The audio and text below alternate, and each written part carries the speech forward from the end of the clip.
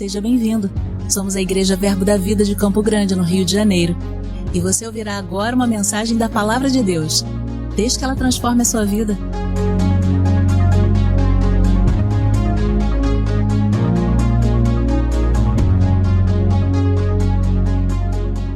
Glória a Deus. Você está bem? Glória a Deus. Aleluia. Sabe, hoje Deus tem algo poderoso para transmitir para o meu e para o seu coração. Falar da reforma protestante, falar de esse momento, é falar de algo que ecoa até hoje na minha e na sua vida. Sabe, irmãos, quase, porque amanhã exatamente faz 508 anos que Martinho Lutero pregou numa manhã na igreja da pequena cidade lá de Wittenberg, na Alemanha, suas 95 teses. 95 teses que mudaram o mundo. 95 teses que ecoaram e ecoam até hoje e que transformaram, que marcaram aquele momento, uma transformação que mudou a minha e a sua vida. E hoje nós vamos falar um pouco sobre isso. Nós vamos falar um pouco sobre o que é essa reforma, como foi, o que aconteceu. Sabe, você entender isso, você vai entender que você é uma pessoa livre em Cristo. Toda vez que Deus traz uma boa palavra, e a gente vai ver, Deus entrega a sua revelação, o diabo tenta, e o próprio Jesus nos ensina na parábola do semeador, que quando a palavra é semeada, o diabo tenta tirar a palavra, ele tenta arrebatar a palavra, sabe? Muitas das vezes ele vai tentar soterrar a palavra. Por quê, queridos? Porque ele não quer que você viva o que a palavra tem para você. Porque se você viver o que a palavra tem para a sua vida, não há quem possa te parar, não há o que possa te deter. Aleluia. E o diabo vai tentar jogar tradição, vai tentar jogar tradição humana. Eu gosto muito de falar que a religiosidade humana, durante muito tempo, tomou o lugar da liberdade dos filhos de Deus. E a reforma é uma volta à verdade da palavra de Deus. Viver de uma forma religiosa ou uma falsa religiosidade, viver de uma forma falsa diante de Deus é a mesma coisa que você tentar gerar frutos com uma planta de plástico. Já tentou? Não tem como. Ela tem aparência, ela é bonita, às vezes é viçosa, dependendo do artista que fez, de quem pintou, do processo que foi fabricado. Mas o problema é que ela é incapaz de gerar frutos e ela é incapaz de ter raízes. Viver pela palavra de Deus é gerar o verdadeiro fruto, é ter as raízes fincadas e frutos que vão para a eternidade, amém? E no Rema, no Centro de Treinamento Bíblico Rema, nós temos uma matéria que vai falar muito sobre a reforma. Então, longe de mim aqui querer falar tudo sobre a reforma. A reforma foi algo maravilhoso, que não foi... Martinho Lutero foi um símbolo, um momento que simboliza a reforma, mas ela não começa em Martinho Lutero, ela vem de séculos antes. E para mais informações, matricule-se no Centro de Treinamento Bíblico. Você vai ter uma matéria, história da igreja, a gente vai falar sobre isso e muitas outras coisas, você vai aprender muito. Nós vamos falar sobre, desde o livro de Atos até os dias de hoje, o que aconteceu para você chegar e estar aqui sentado na Igreja Verbo da Vida de Campo Grande. Amém? Muita coisa aconteceu, irmão. E é interessante a gente entender, primeiro, o que é uma reforma. Vamos falar um pouco sobre a reforma. O que é uma reforma? Uma reforma, a palavra, ela nos dá a entender que é voltar a uma forma original. É retornar a algo inicial. Quando uma casa começa a ter problemas, a ter algumas rachaduras, a pintura não está muito boa, você vai lá e faz uma reforma, não é? Para quê? Para você restaurar a forma original. Talvez até você possa fazer algumas ampliações, melhoramentos, mas a ideia é retornar àquela forma bonita, original, quando ela acabou de ser construída. Amém? A mesma coisa, querido, quando nós falamos sobre a nossa relação com Deus. A nossa relação com Deus, quando nós começamos a colocar coisas na nossa relação com Deus que não pertencem a ela, que não estão na palavra, que não dizem respeito à nossa vida com Deus, nós precisamos de uma reforma. Precisamos voltar ao original. Precisamos voltar à base, a ter a forma original que Deus nos chamou para ter. Amém? E, como eu disse, Martinho Lutero, ele foi um reformador, mas ele não foi o único.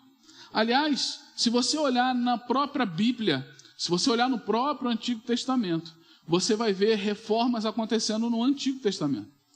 Quando o povo de Israel tinha a lei, o povo de Israel tinha lá a lei de Moisés, e eles tinham que seguir os preceitos da lei. Muitas das vezes a gente vai ver que aquele povo se desviou daqueles preceitos, se desviou para a idolatria, se desviou para o pecado, e algumas vezes Deus levantou reis que voltaram ao plano original. Um deles, eu posso dizer, Ezequias, está em 2 Crônicas, capítulo 29 ao 31. Ele vai contar a história do rei Ezequias, que destruiu os postes ídolos e retornou à adoração ao Senhor. Também vai contar a história de Josias. Não é o nosso pastor Josias, é o xará dele da Bíblia, é o rei Josias da Bíblia. E a Bíblia fala que ele encontra o livro da lei. Se ele encontrou é porque estava perdido, não é verdade? É ou não é? Sabe, irmãos, muitas das vezes a gente pode ter feito rema, a gente pode ter estudado, mas as verdades da palavra de Deus não terão efeitos na nossa vida se elas estiverem perdidas. Elas precisam ser encontradas, elas precisam ser vistas, elas precisam ser praticadas. Aleluia. E ele encontra o livro da lei e ele percebe que aquilo que o povo está vivendo não é aquilo que Deus planejou, não é aquilo que Deus organizou inicialmente. E aí ele faz toda uma reforma em Israel para trazer ao plano original de Deus. E isso também aconteceu com a igreja. Por mais que a gente fale que nós somos a igreja do Senhor, povo escolhido, e nós somos isso mesmo. Tudo isso a gente é.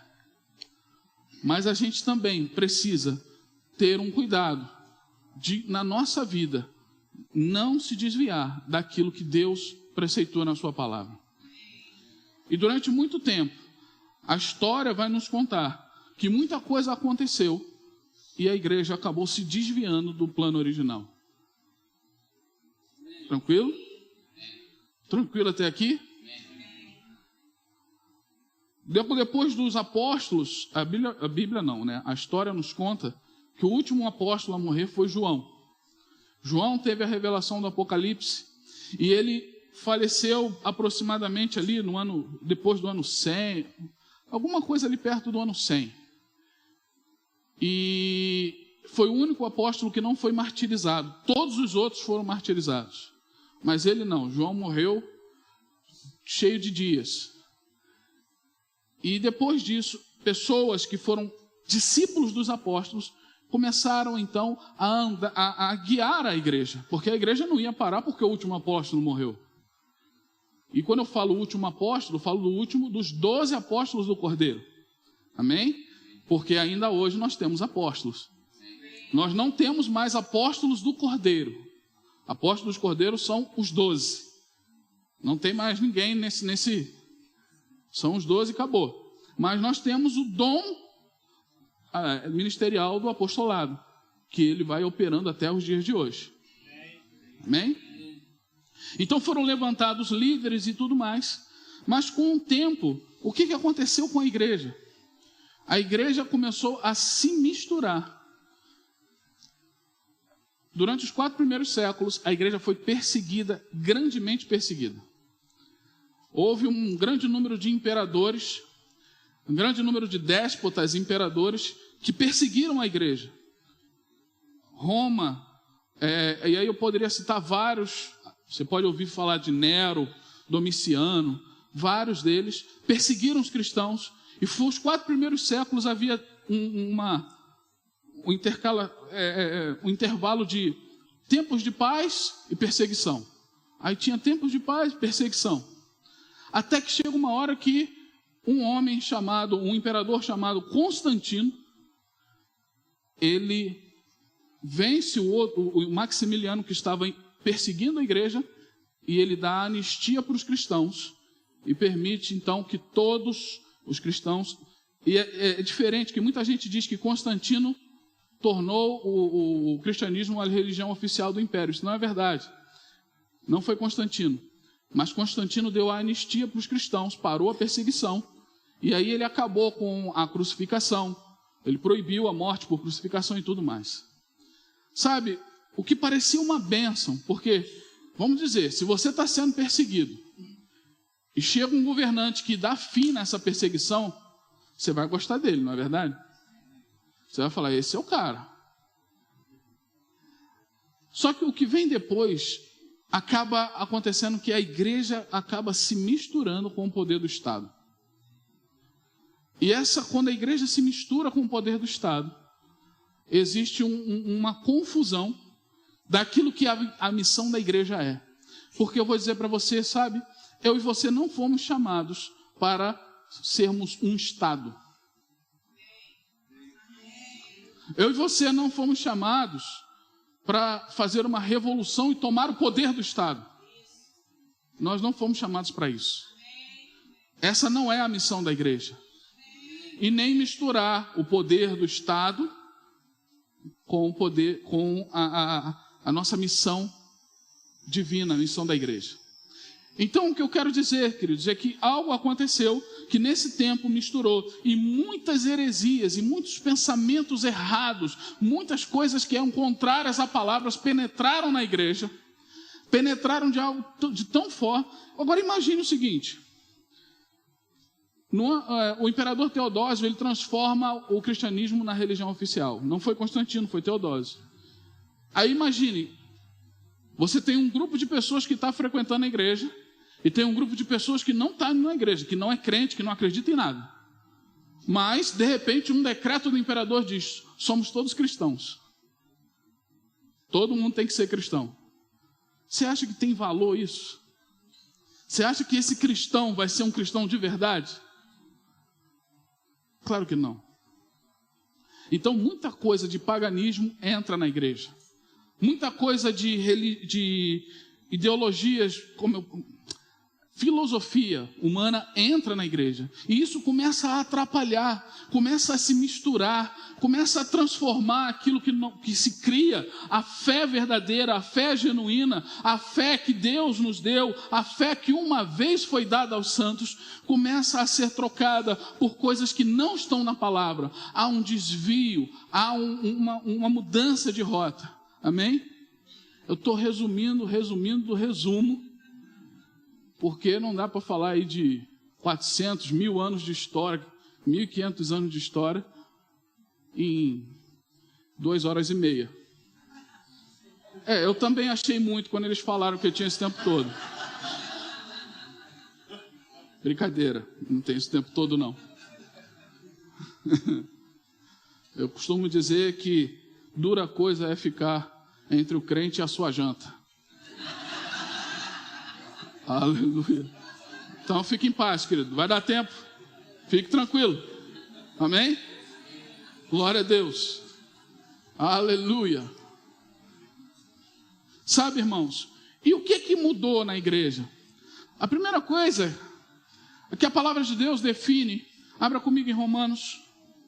E aí eu quero te mostrar algo que foi o estopim da reforma, mas uma das coisas que foi transformada na igreja. Romanos, capítulo 1.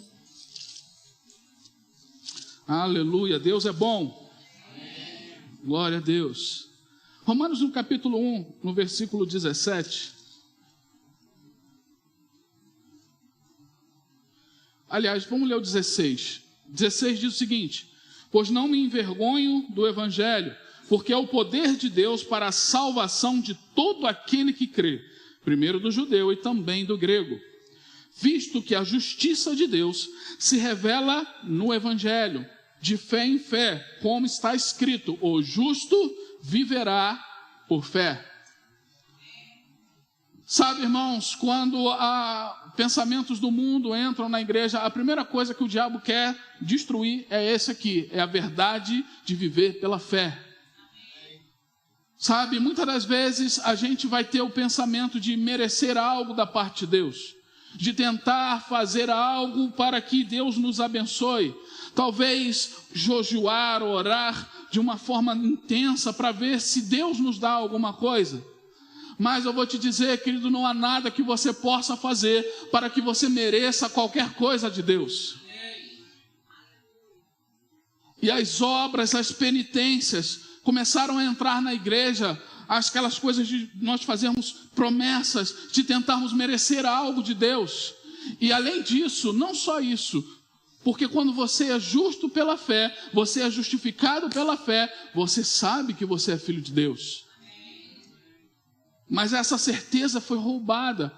As pessoas ficavam dizendo, será que quando eu chegar diante de Deus, eu vou estar dentro ou vou estar fora? Será que eu vou para o céu? Será que eu vou para o inferno? Será que eu vou para outro lugar? E eu vou dizer, não existe outro lugar. Ou é céu ou é inferno. E sim, o inferno existe. A Bíblia fala dele, Jesus ensina sobre o inferno. Amém ou não amém? Ele existe. Está na Bíblia. Mas deixa eu te dizer, queridos, viver pela fé é saber exatamente para onde você vai quando você encontrar o Senhor. Aleluia. Eu costumo brincar com o pessoal e falar, como é que você sabe que você é salvo? E a pessoa fala, a Bíblia diz que todo aquele que crê será salvo. Aí eu falo, mas a Bíblia fala que você é um daqueles que creu? Está o seu nome lá? Está o seu CPF? Fez silêncio sobre a face da igreja. Então o CPF está na Bíblia e Josias creu e isso foi lhe imputado como justiça. O nome de Abraão está, mas o seu está? Apareceu um anjo na hora que você recebeu Jesus como Senhor da sua vida, com um protocolo dizendo, olha, no momento que você chegar na porta do céu, apresenta esse protocolo que você está dentro. Como é que você sabe? Romanos 8:16. Porque o Espírito Santo testifica com o nosso espírito que somos filhos de Deus. Eu sei, porque fé é certeza. Aleluia. Mas isso foi roubado, irmão. Isso foi roubado da igreja. Martinho Lutero era um monge agostiniano. Ele era alguém que era... A história conta que ele resolve se tornar padre, se tornar monge, na verdade, quando ele estava vindo, ele vivia uma vida de noitada, ele vivia uma vida de festa, e uma vez ele estava vindo com um amigo a cavalo no meio de uma tempestade, e um raio caiu e fulminou o amigo dele. E Martinho Lutero, vendo aquilo, correu. E ele nem voltou para casa, ele entrou direto no mosteiro. Imagine, um raio bater, né? Você pensa, sou o próximo. E ele entrega a sua vida a se dedicar a ser um monge. E ele começa a estudar teologia, se torna doutor em teologia. E é engraçado como ele conta que ele tinha um relacionamento complicado com Deus. Porque ele falava, eu amo a Deus, mas ao mesmo tempo eu o odeio. Por quê? Porque Deus para ele era como um carrasco. Era como alguém que estava ali cobrando dele uma vida e estava pronto para jogá-lo no inferno. Esse talvez seja o sentimento de muita gente. E aí Martinho Lutero vivia em luta, uma luta interna, uma dificuldade de ter um relacionamento com Deus realmente de paz, até que ele encontra uma verdade na Bíblia. Lendo as Escrituras, ele encontra o versículo que a gente leu. Ele encontra Romanos, capítulo 1, versículo 17. O justo viverá pela fé. Aleluia. Ele descobre que não era obra nenhuma. Ele descobre que não era a capacidade dele de ser um bom monge, ou quantas vezes ele era capaz de jejuar, de abrir mão de um cobertor numa noite fria. Não, não era nada disso. Era aquilo que Jesus fez por ele. Era aquilo que Jesus fez na cruz por mim e por você. E aí a fé em Jesus Cristo era mais do que suficiente para justificar o pecador. Aleluia. Martinho Lutero então diz que naquele momento as portas do céu se abriram para ele. E ele entendeu que a justiça de Deus não era algo que Deus jogava em cima, impunha em cima, mas era algo que Deus oferecia. Aleluia. Nós temos muito que comemorar, irmão. Aleluia. Então Martinho Lutero vai lá na igreja e coloca 95 teses. Tem toda uma história aí que não vai dar tempo de contar agora, mas essas 95 teses são questionamentos ao sistema religioso da época. E nós vamos estudar as 95 teses. Vamos lá? Tese número 1. Brincadeira. Eu vim treinando essa piada. Sei que ela não é tão boa, mas é engraçadinha. Mas existem 3 verdades que eu quero compartilhar com você. 3 que fazem parte da reforma. 3 que são fundamentais para você entender. A primeira faz parte dos solas de Lutero. Os 5 solas. Sola em latim significa somente. Ele vai falar sola scriptura, ou somente a escritura. O que significa isso? Significa que somente a escritura é a regra de fé e prática infalível. Sabe, queridos, isso aqui é algo fantástico. Porque se você entender o que significa isso, se você viver isso, a sua vida muda. Não significa, como muita gente diz, que tudo o que Deus tem a falar está na Bíblia. Porque a própria Bíblia diz que Deus se revela, Romanos capítulo 1 vai dizer, aquilo que de Deus se pode conhecer está revelado na natureza, nas coisas criadas. Mas não diz que tudo o que Deus falou e fez está aqui, porque o próprio Evangelho de João vai nos dizer lá no capítulo 21, no finalzinho do Evangelho, que nem todas, João falando, eu acho que se fôssemos escrever tudo o que Jesus fez e falou, não caberiam os livros na terra. Não significa que está tudo, mas significa que tudo que está aqui é suficiente para a sua vida. Sabe, sola escritura significa somente a escritura, significa a escritura tem a primazia. A Bíblia tem a primazia. A palavra de Deus precisa ter a primazia na sua vida. Não é a tradição humana, não é o pensamento dos homens, não é a interpretação das pessoas, mas a palavra de Deus precisa ter a primazia na sua vida. Quando a gente olha para a Bíblia em Atos capítulo 17, a gente vê os crentes de Bereia. E a Bíblia diz que os crentes de Bereia ouviam o que Paulo estava pregando e iam conferir nas escrituras se aquilo que ele estava dizendo era aquilo mesmo. A Bíblia chama isso de nobreza. Diz que aqueles crentes eram mais nobres porque conferiam nas escrituras o que Paulo estava dizendo. Significa, queridos, que eles estavam dizendo o seguinte: ora, Paulo é um apóstolo da parte de Deus, Paulo é um homem de Deus, mas a escritura tem a primazia. Aleluia. Amém? O que precisa ter a primazia na sua vida é a palavra. Não é aquilo que os homens dizem para você. Não é o medo que os homens colocam na sua vida. Não é a interpretação de homens. Mas é o que a palavra diz a seu respeito. Sabe, irmãos? E aí muita gente diz, mas esse negócio de sola escritura é um negócio complicado, porque fala que cada um tem uma interpretação, é livre interpretação da Bíblia. Não, o sola escritura não é livre interpretação da Bíblia. A palavra de Deus nos diz que a escritura não é de particular interpretação. Ou seja, não é que cada um pensa, não é que cada cabeça tem uma Bíblia diferente, mas é o livre exame. Ou seja, a Escritura não está longe de você. Você pode chegar e olhar e buscar a interpretação correta.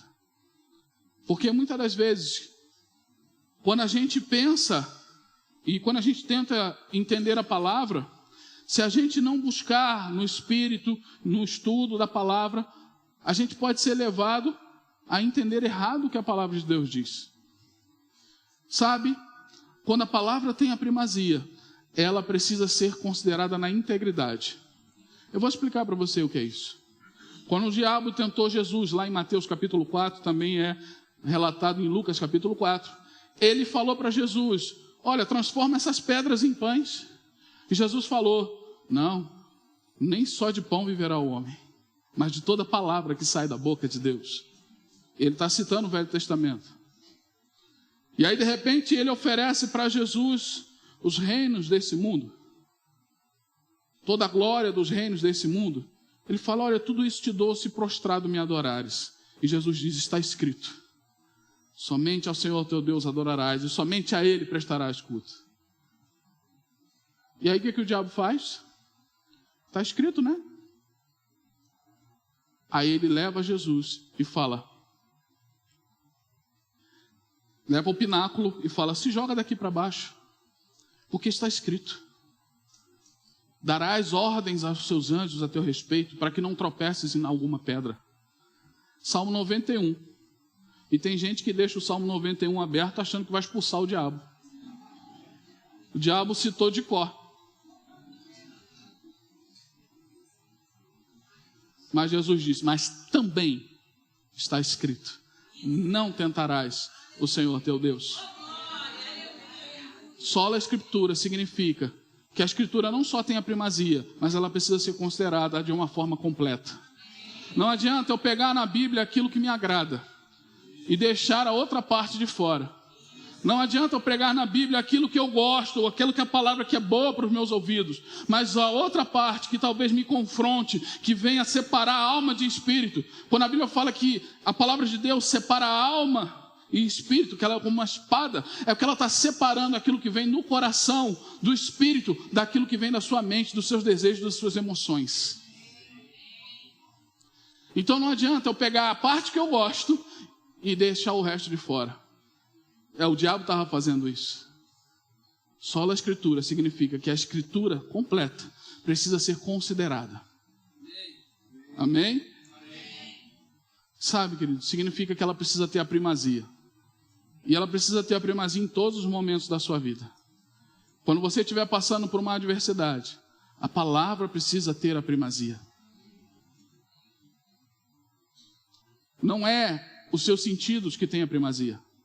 Não é o seu sentimento que tem a primazia, mas é a palavra que tem a primazia. É aquilo que Deus diz a seu respeito que é maior. É aquilo que Deus fala sobre você na palavra dele que tem a primazia sobre a sua vida. Então, quando o diabo lançar palavras, quando as circunstâncias baterem na sua vida, quando vierem informações contrárias, muitas das vezes um diagnóstico, ou talvez um negativo numa conta bancária, você vai olhar para a palavra, você vai considerar o que está na palavra, e não o que está nos seus olhos. Você não anda por vista, você anda por fé, e a fé é a fé na palavra de Deus.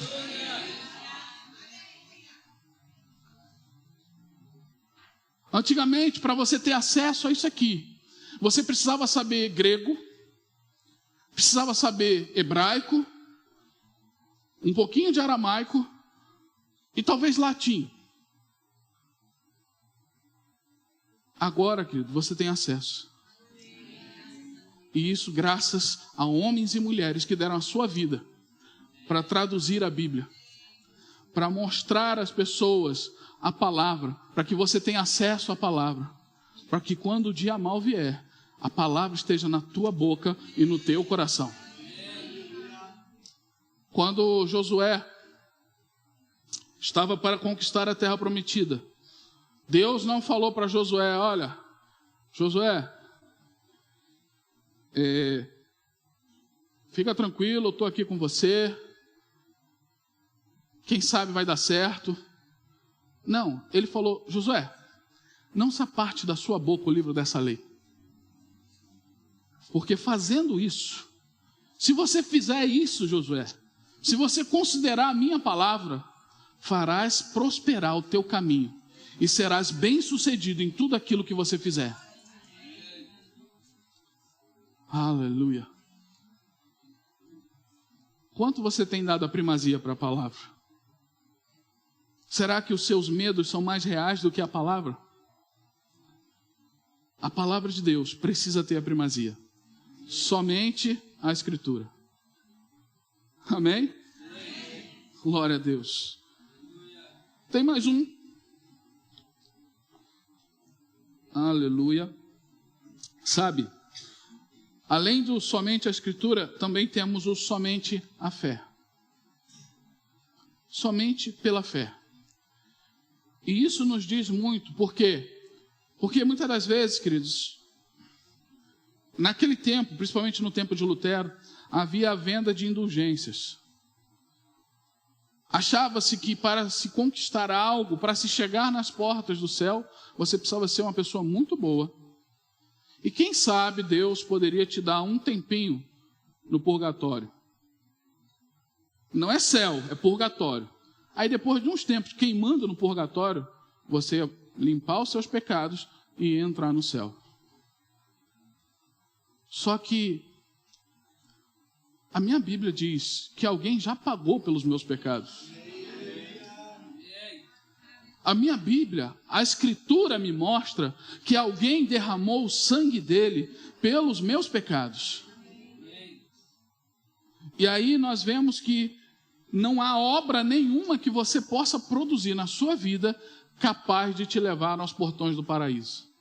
Mas a obra que Cristo realizou, ela te leva para lá pela graça de Deus. Abra comigo em Romanos, você já estava lá em Romanos? Capítulo 4. Aleluia. Glória a Deus. Romanos capítulo 4. E ele diz o seguinte. Você achou? Aleluia. Versículo 1. Que pois diremos ter alcançado Abraão, nosso pai segundo a carne? Porque Abraão foi justificado por... Se Abraão foi justificado por obras, tem de se gloriar, porém não diante de Deus. Porque a Escritura diz, Abraão creu e isso lhe foi imputado para a justiça. Ora, o que trabalha, o salário não é considerado como favor, em si como dívida. Mas ao que não trabalha, porém crê naquele que justifica o ímpio, a sua fé é atribuída como justiça. Assim também Davi declara ser bem-aventurado o homem a quem Deus atribui justiça, independentemente de obras. Aleluia. O que ele está dizendo? Se eu faço alguma coisa, se eu trabalho, o meu salário no final do mês não é bondade no meu patrão. É uma dívida. Eu trabalhei, no final do mês ele tem que me pagar o salário. Tranquilo? É dívida. O problema é que com Deus não funciona assim. Porque você não pode, Deus nunca vai dever nada para você. Paulo vai dizer, quem deu a ele primeiro para que dele seja recompensado? Deus, você não pode ser um credor de Deus. Ó, o senhor está me devendo, hein? Semana passada eu ajudei aquela senhorinha a atravessar a rua. Eu levei alimentos no orfanato. O senhor me deve, hein? Não, queridos. É nós que tínhamos uma dívida impagável. Mas ele está dizendo o seguinte, aquele que não trabalha, aquele que não produziu nada com suas mãos, mas creu, aleluia, abraçou a palavra de Deus, abraçou a palavra de Deus como verdade, colocou no mais íntimo do seu coração, esse que não fez nada, mas creu, isso lhe é imputado como justiça. O que significa isso? Significa que pela fé nós somos justificados. E o que é ser justificado? É estar diante de Deus como se você nunca tivesse pecado na sua vida.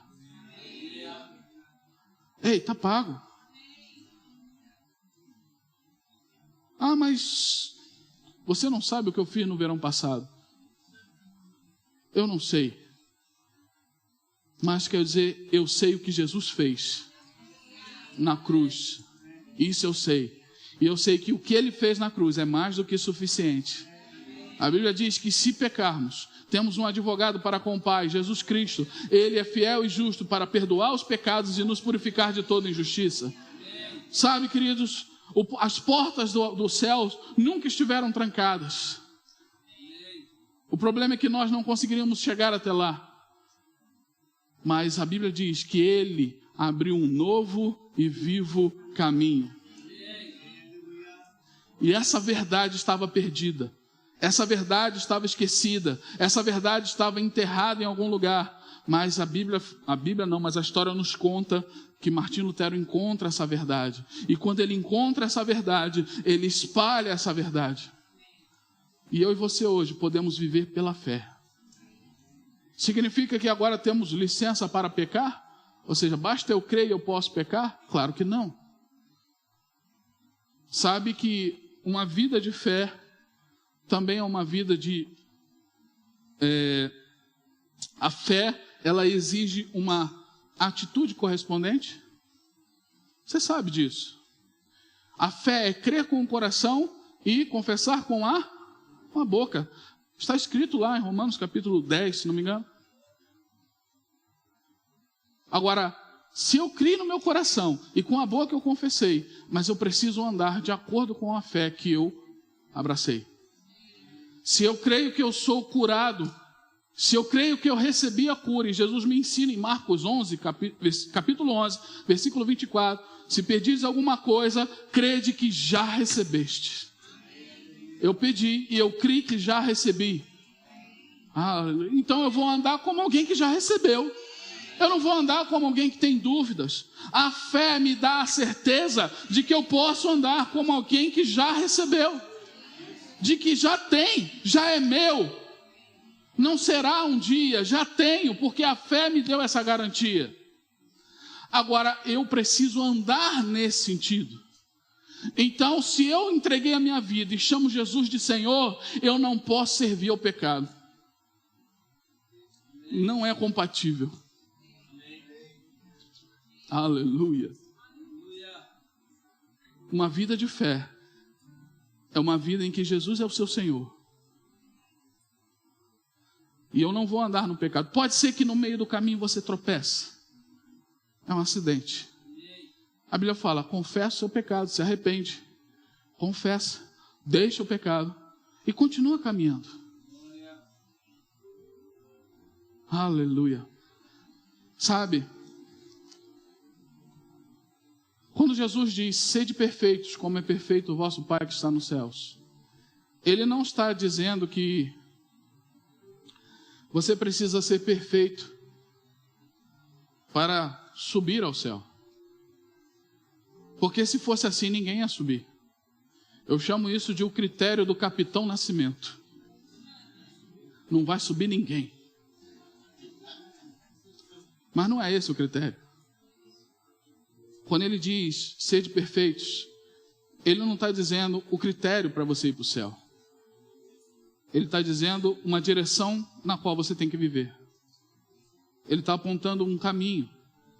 Ei, você não é perfeito. Talvez provavelmente você não vai alcançar a perfeição até que eu venha, até que você parta. Mas ande nessa direção. É essa a direção. Seja mais parecido.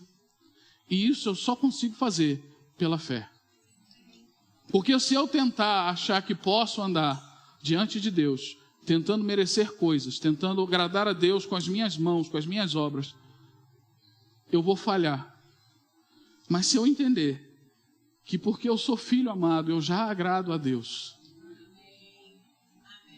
E agora eu vou fazer de agradá-lo, não porque eu quero receber algo da parte dele, mas porque eu já entendi que recebi tudo dele. Então agora eu vou agradá-lo, eu vou viver para ele. Essa é uma verdade. Sola fide, somente a fé. O que você precisa? A fé em Deus. Amém? Tem mais uma verdade para a gente encerrar. Durante alguns anos antes de Lutero, alguns outros reformadores vieram. A história nos conta sobre John Wycliffe, ou Wycliffe, desculpa a minha pronúncia, nem o português eu estou falando direito, mas ele veio antes, e ele foi um reformador que também lutou contra aquele sistema religioso da época. Ele traduziu a Bíblia para o inglês, e ele defendia a Bíblia como uma única autoridade, acima do Papa na época. Ele foi condenado à morte, e seus ossos foram exumados e queimados. Depois disso, ainda temos John Huss. Foi inspirado por Wycliffe. Ele começa a pregar, defende Cristo como cabeça da igreja, não a liderança da época, mas Cristo.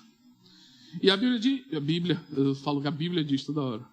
A história nos diz que ele foi preso, queimado vivo no concílio de Constança. Mas é engraçado porque ele viveu uns 100 anos antes de Lutero. E quando ele ia morrer, ele tem uma frase profética. E ele dizia o seguinte, o apelido dele era Ganso. Então ele fala, hoje vocês queimam um ganso, que era ele, mas ouvirão o canto de um cisne. 100 anos depois, Lutero estava pregando as suas teses. A história também nos conta dos valdenses, que eram pessoas que estavam ali, guardando... eles foram iniciados, o movimento foi iniciado por um tal Pedro Valdo, um pregador leigo da França. E eles defendiam a pregação na língua comum, não no latim, não em línguas complicadas, mas na pregação como eu estou fazendo aqui para você. E é interessante, queridos, que uma outra verdade que eles pregavam era o sacerdócio universal dos crentes. Sabe o que significa isso? Significa que o único intermediário que você precisa para chegar ao Pai é Jesus. Eu estou aqui pregando para você, eu não sou intermediário. Você não precisa de mim. Você não precisa. Eu estou aqui para te ajudar e você para me ajudar. Amém? Os dons ministeriais, os ministros, eles estão para aperfeiçoamento dos santos. Mas eles não são o único caminho para chegar a Deus. A Bíblia fala que Jesus Cristo é o único mediador entre Deus e os homens. E você pode se achegar a Ele pela fé. Mas é interessante, porque a Bíblia nos fala que Ele nos fez sacerdócio real. Um sacerdote é alguém que serve na presença de Deus. O sacerdote, ele estava no templo vestido de vestes brancas, purificado. E ele servia no templo, e ele contemplava a arca. O sumo sacerdote contemplava a arca e fazia os sacrifícios e tudo mais. Quando a Bíblia diz que nós somos sacerdotes, significa que nós temos acesso ao lugar santo. Significa que eu e você podemos nos achegar a Deus, independentemente de algum homem, ou de alguma instituição, ou de qualquer pessoa. A fé, a presença de Deus está aberta para mim e para você. E nós podemos servir como sacerdotes do Senhor. Sabe, não importa se você acredita ou não, não importa se você tem dom ministerial ou não, não importa se você foi chamado para pregar em púlpitos ou não, você é sacerdote do Deus Altíssimo. Você foi chamado para servir na presença dEle. Você foi chamado para contemplar a presença dele. No templo do Antigo Testamento tinha um véu que separava e só o sumo sacerdote podia chegar lá. Mas a Bíblia nos fala que esse véu rasgou de cima a baixo e que agora ele diz, tendo a ousadia de adentrar no Santo dos Santos, pelo novo e vivo caminho que ele nos consagrou. Eu e você temos acesso a Deus, temos acesso à sua presença, temos acesso à sua graça, temos acesso ao seu amor. O caminho está aberto, está escancarado. Aleluia.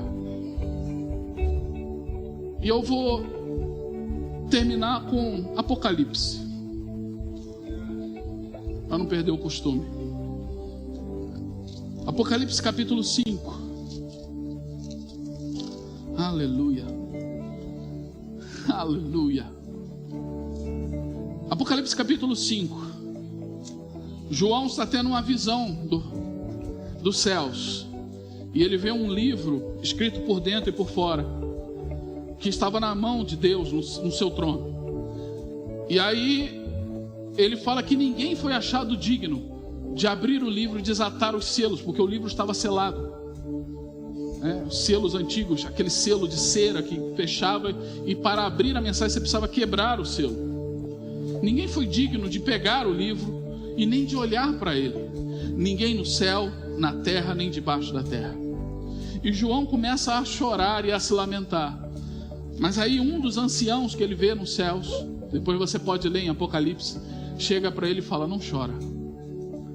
Eis aí o leão da tribo de Judá, a raiz de Davi, que venceu para tomar o livro e abrir os seus selos. Amém? Só para contextualizar. E aí no versículo 9 ele diz o seguinte: digno és de tomar o livro e de abrir os selos, porque foste morto. Com teu sangue compraste para Deus os que procedem de toda língua, tribo, povo e nação, e para o nosso Deus os constituíste reino e sacerdotes. Aleluia. Reis e sacerdotes. Não importa em que lugar do corpo você está, você é sacerdote. Não é um clero separado, não é um povo que está aqui e nós somos sacerdotes e vocês são leigos. Não, todos nós somos sacerdotes do Deus Altíssimo. Todos nós temos acesso, a presença está aberta, nós podemos chegar, adentrar, falar com Deus. Fique de pé. Aleluia.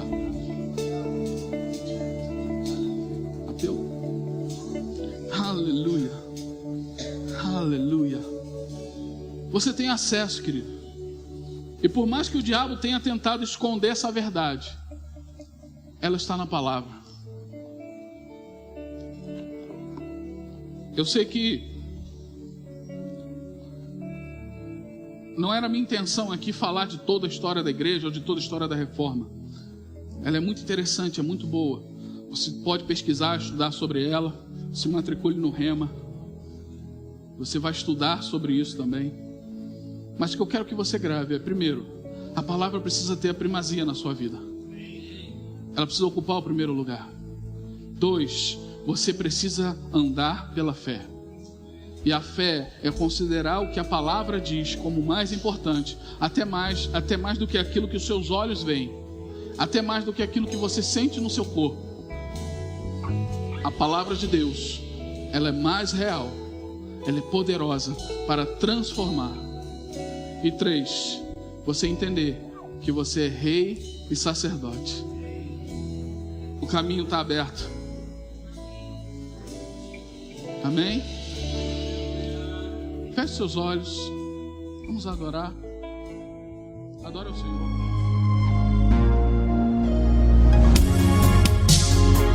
Ouça outras ministrações em nosso site verbodavida.com/Campo Grande RJ. Nos acompanhe também em nossas redes sociais, Facebook, Instagram e YouTube.